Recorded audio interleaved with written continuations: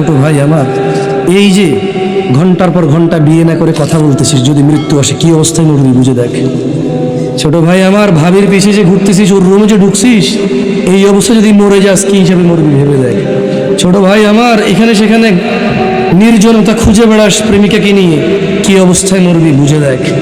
বোন আমার, হাজব্যান্ড ডিউটিতে গিয়েছে অথবা বিদেশে আছে, তুমি অন্য পুরুষের সাথে সময় কাটাতে তোমার ভালো লাগে, বুঝে দেখো যদি মালাকুল মাউত মৃত্যুর ফেরেশতা আসে, তোমার ওই ফজর পড়া, ওই জোহর পড়া, ওই তোমার হজ করা, ওই তোমার সাদকা করা, ওই তোমার দাড়ি রাখা, ওই তোমার টাকনুর উপরে প্যান্ট পরা, ওই তোমার কোরআন মুখস্থ করা, ও তোমার কোরআন তেলাওয়াত করা, ও তোমার এরকম ওয়াজের খরচ চালানো, সাদাকা করা, ইয়েতিম খাওয়ানো, ভালো কাজ করা, মা বাপের সেবা করা, বুঝে দেখো যদি তুমি জানা অবস্থায় মৃত্যুবরণ করো, মূলত তোমার ওই সময়টা ঈমানই থাকে না। কি থাকে না?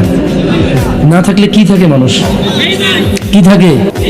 বে মানে হীন, ঈমান মানে ঈমান, মানে ঈমান ছাড়া একই কথা, মানে ঈমান নাই, কি নাই?